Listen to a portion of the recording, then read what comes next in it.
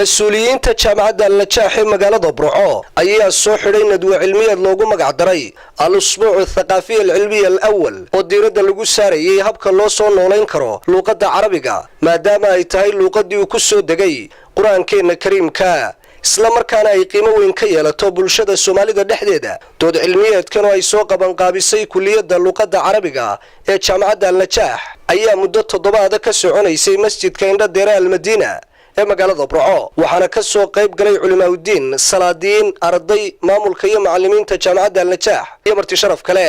ugu horeyn waxa ka hadlay madasha Sheikh Daawud oo kamid ardayda wax ka barata jaamacadda Al-Madiina ee dalka Saudi Arabia iyo hormuudka kulliyadda luqadda Carabiga ee jaamacadda Al-Najaax Sheikh Cabdiraxmaan Aadan Cabdilaahi sidoo kale waxa ka hadlay munaasabada gudoomiye ku-xigeenka jaamacadda Al-Najaax Dr. Xasan Sheikh Cali Warsame سلطان شيخ يوسف عبد عود يا سلطان محمود جولد مراء حين سكون نمد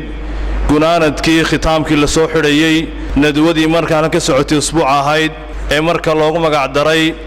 الأسبوع الثقافي العلمي الأول تعاصر مركا سوق من قابسي كلية اللغة العربية بجامعة النجاح عندي مركا ربطة إني سنة كمركا يقشون كلية اللغة العربية لمراس الله قيبين أيام لمبرada cidii ka soo baxda hal lambar baa la doonayaa lambarka cidii hesha waxa weeyaan waxa la siinaya deeq waxbarasho deeqdaas oo ay bixinayso kulliyada luqada carabiga oo 4 sano uu dhiganayo ay marka waxbarashadiisa bilaash ay tahay marka ugu horeysa waxaynu u mahadnaqaynaa Ilaahay tabaaraka wa tacaala inoo suura galiyay usbuuca thaqaafiga ee cilmiga oo ay soo qaban qaabisay kulliyada luqada carabiga bi jaamicati Najaax al-luqa al-arabiyya in la nooleeyo ayaan uga jeed ahdaafta gaarka ah ee laga lahaa waxay ahaayeen in la cadeeyo mudnaanta ay leedahay al-luqatu al-arabiyya maadaama ay tahay luqatu ad-diin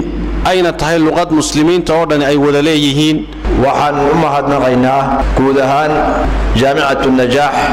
waxay uga qayb qaadatay cilmiga sharciga ah iyo hadii ay tahay nooleynta luqada Carabeed laba qodob oo kooban baan tilmaamayaa mid waxa uu yahay jaamicatu Najaax ahdaafteeda ama yoolalkeeda waxa kamida luqada Carabiga in la nooleeyo ay go'aan ku qaadatay xiisadaha baxaya ama naxwaha noqoto ama fiqh noqoto ama usul noqoto ama xadiis noqoto cilmi kasta ama maada kasto jaamacadda ka baxaysa